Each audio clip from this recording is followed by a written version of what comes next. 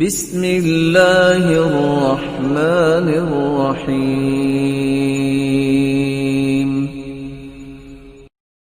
برا دوست اس کی مثال تو بھٹی والے کی ہے، لوہے کو گرم کرنے کے لیے پھونکے مارتا ہے۔ اگر اس کے پاس بیٹھو گے تو آگ کی چنگاری تمہیں جلا کے راکھ کر دے گی، اور اگر اس کے پاس بیٹھو گے آگ کی چنگاری نہیں آئی تو کم از کم دھواں تو برداشت کرنا ہی پڑے گا۔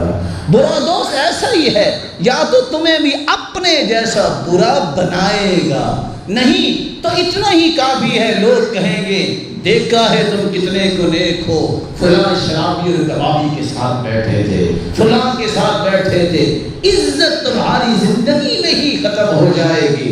اس لیے رسول اللہ صلی اللہ علیہ وسلم نے فرمایا لا تصاحب الا مؤمنا ولا يأكل طعامك الا تقی۔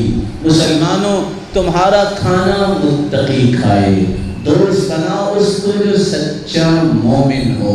تم حلال کی کمائی کماتے ہو، تمہارا کھانا بھی مومن کھائے۔ تم بخل بھی نہ کرو، اسراف بھی نہ کرو، اور مال کو برباد بھی نہ کرو، بلکہ فرمایا الرجل علی دین خلیلہ فلینظر احدکم من یخالل۔